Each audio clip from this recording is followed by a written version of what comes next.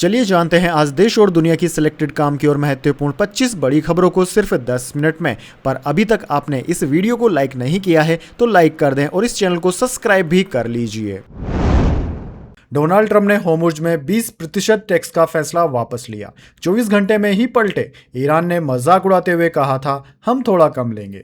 दरअसल दोस्तों, अमेरिकी राष्ट्रपति डोनाल्ड ट्रंप ने होर्मुज स्ट्रीट से गुजरने वाले जहाजों पर 20% टैक्स लगाने का अपना फैसला महज और महज 24 घंटे के भीतर ही वापस ले लिया है। दोस्तों, डोनाल्ड ट्रंप ने ट्रुथ सोशल पर लिखा कि मिडिल ईस्ट के नेताओं के साथ बातचीत के बाद उन्होंने इसे खत्म करने का फैसला लिया। अब इसकी जगह खाड़ी देश अमेरिका में बड़े पैमाने पर निवेश करेंगे। इससे अमेरिका में लाखों रोजगार पैदा होंगे। दोस्तों, ट्रंप ने सोमवार को ऐलान किया था कि होर्मुज स्ट्रीट से गुजरने वाले जहाजों से 20% टैक्स वसूला जाएगा।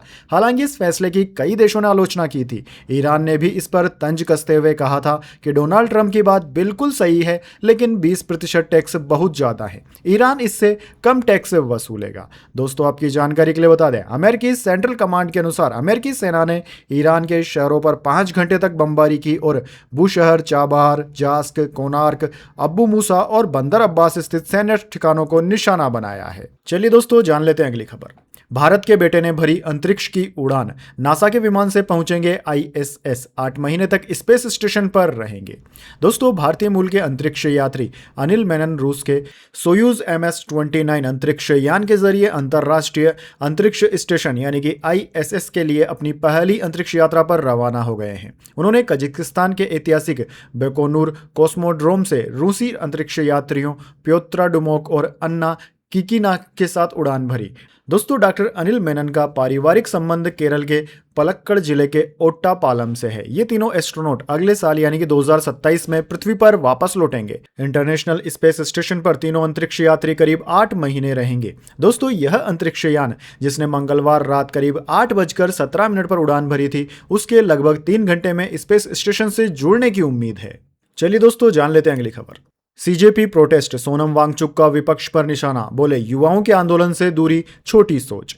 दरअसल दोस्तों, दिल्ली में चल रहे कॉकरोच जनता पार्टी यानी कि सीजेपी के विरोध प्रदर्शन में देश की विपक्षी पार्टियों की गैर मौजूदगी को लेकर अब सवाल खड़े होने लगे हैं। विपक्षी पार्टियों के बड़े नेताओं की सीजेपी से प्रदर्शन से दूरी और समर्थन में बयान तक जारी नहीं होने को अनशन कर रहे एक्टिविस्ट सोनम वांगचुक ने छोटी सोच करार दिया।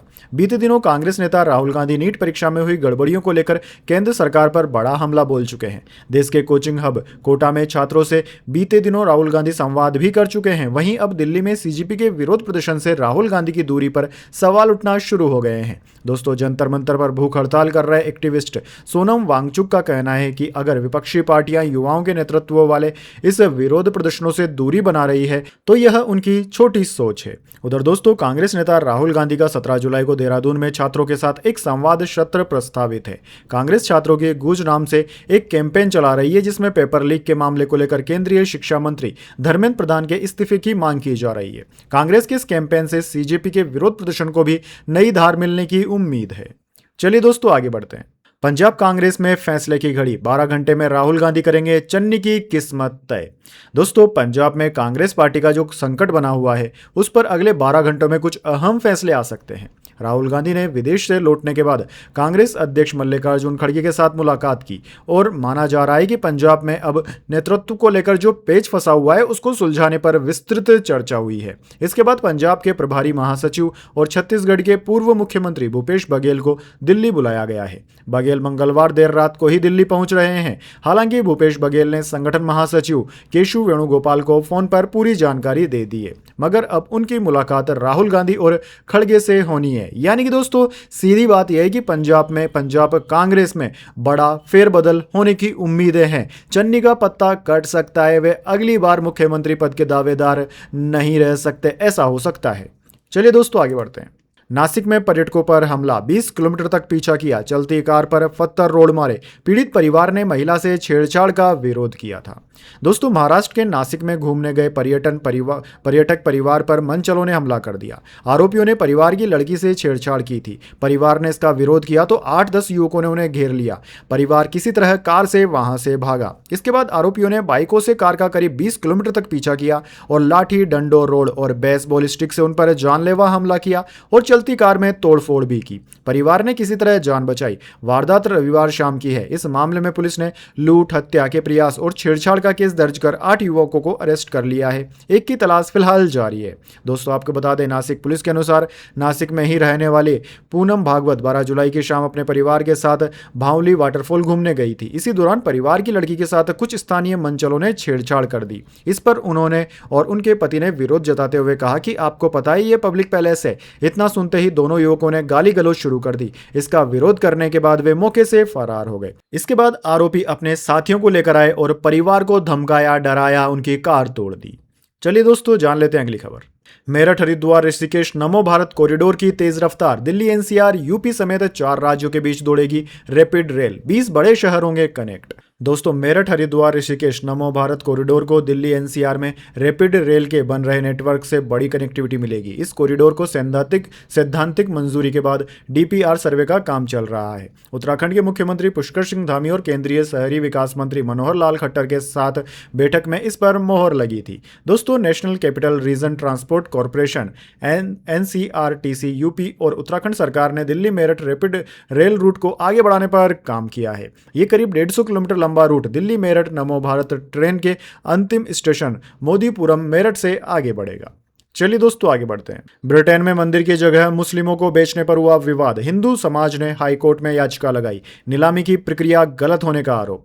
दोस्तों, लंदन से 120 किलोमीटर दूर पीटरबरो में 40 साल पुराने मंदिर और कम्युनिटी सेंटर की बिक्री पर विवाद हो गया है। पीटरबरो सिटी काउंसिल ने न्यू इंग्लैंड कॉम्प्लेक्स को नीलामी के बाद एक मुस्लिम संस्था यूनाइटेड किंगडम इस्लामिक मिशन को बेचने का फैसला किया है। इसी परिसर में भारत हिंदू समाज का मंदिर चलाता है, जो शहर और आसपास रहने वाले हजारों हिंदुओं का प्रमुख पूजा और सांस्कृतिक केंद्र है। फैसले से नाराज भारत हिंदू समाज ने हाईकोर्ट में याचिका दायर कर बिक्री प्रक्रिया को चुनौती दी है। दोस्तों, भारत हिंदू समाज संगठन का आरोप है कि काउंसिल ने मंदिर की करीब 40 साल पुरानी धार्मिक और सामुदायिक भूमिका को नजरअंदाज कर दिया। नीलामी के मूल्यांकन में भी गंभीर खामियां रही है। चलिए दोस्तों, आगे बढ़ते हैं। अक्षर पटेल ने इंग्लैंड के खिलाफ पहले ओडीआई में किया कमाल। रविंद्र जडेजा के 13 साल पुराने रिकॉर्ड की बराबरी की। दोस्तों, अक्षर पटेल ने मंगलवार को एजबेस्टन में इंग्लैंड के खिलाफ 3 मैचों की वनडे सीरीज के पहले मुकाबले में डेथ ओवरों में शानदार गेंदबाजी करते हुए वनडे क्रिकेट में इतिहास रच दिया।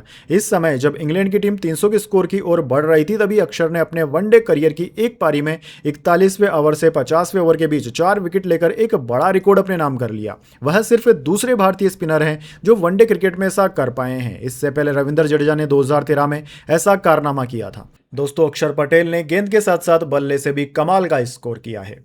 चलिए दोस्तों, आगे बढ़ते हैं। शाहरुख खान के बंगले मन्नत के रेनोवेशन पर रोक नहीं। सुप्रीम कोर्ट ने याचिका खारिज की। शाहरुख गौरी घर की 2 मंजिल और बढ़ा सकेंगे। दोस्तों, अभिनेता शाहरुख खान और उनकी पत्नी गौरी खान के मुंबई स्थित बंगले मन्नत के रेनोवेशन का रास्ता साफ हो गया है। सुप्रीम कोर्ट ने मन्नत में 2 नई मंजिलें बनाने पर रोक की मांग करने वाली याचिका खारिज कर दी। चीफ जस्टिस सूर्यकांत की अगुवाई वाली बेंच ने याचिकाकर्ता संतोष दोडकर की नीयत पर भी सवाल उठाए। कोर्ट ने कहा कि अगर कोई अपने निजी घर में बदलाव या निर्माण करना चाहता है तो यह उसकी अपनी मर्जी है। कानून का मोटे तौर पर पालन किया गया है। चलिए दोस्तों, जान लेते हैं अगली खबर। अमेरिका अंतरिक्ष में दर्पण लगाएगा। रात को भी सूरज चमकेगा। जब चाहे जहां चाहे मिलेगी रोशनी। इस साल लॉन्च हो सकते हैं 2 सैटेलाइट।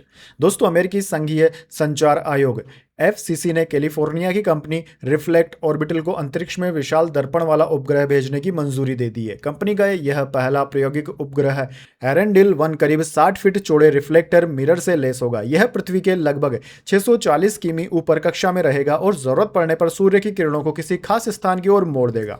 दोस्तों, कंपनी का दावा है कि इससे करीब 5 किमी के दायरे में पूर्णिमा के चांद से 4 गुना अधिक रोशनी पहुंचाई जा सकेगी। कंपनी की योजना है कि 2026 के अंत तक 2 उपग्रह तैनात किए जाएं। 2027 तक 36 उपग्रहों का नेटवर्क तैयार करने का लक्ष्य है। सबसे महत्वाकांक्षी योजना 2035 तक 50,000 से अधिक उपग्रह तैनात करने की है।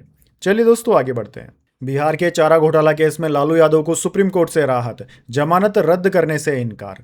दोस्तों, सुप्रीम कोर्ट ने चारा घोटाला मामले में बिहार के पूर्व मुख्यमंत्री लालू प्रसाद यादव को बड़ी राहत दी है। कोर्ट ने उनकी जमानत रद्द करने और सजा पर लगी रोक हटाने से इनकार कर दिया है। यह मामला परिवर्तन निर्देशालय यानी कि ईडी की उस याचिका से जुड़ा है जिसमें ईडी ने सुप्रीम कोर्ट से लालू यादव की जमानत रद्द करने की मांग की थी। दरअसल दोस्तों, कोर्ट ने इस मांग को खारिज करते हुए हाईकोर्ट को निर्देश दिया है कि वह इस मामले में सजा के खिलाफ दायर अपील की सुनवाई जल्द पूरी करे। दरअसल दोस्तों, लालू प्रसाद यादव और अन्य आरोपियों को चारा घोटाला मामले में साल 2018 में दोषी करार दिया गया था। इसके बाद उन्होंने अपनी सजा के खिलाफ अदालत में अपील दायर की थी, लेकिन यह अपील अब तक हाई कोर्ट में लंबित है। मामले की सुनवाई पूरी न होने के चलते कोर्ट ने साल 2021 में लालू यादव को जमानत दे दी थी। उस समय कोर्ट ने कहा था कि जब तक अपील पर फैसला नहीं आ जाता तब तक उन्हें जमानत पर रहने की इजाजत होगी।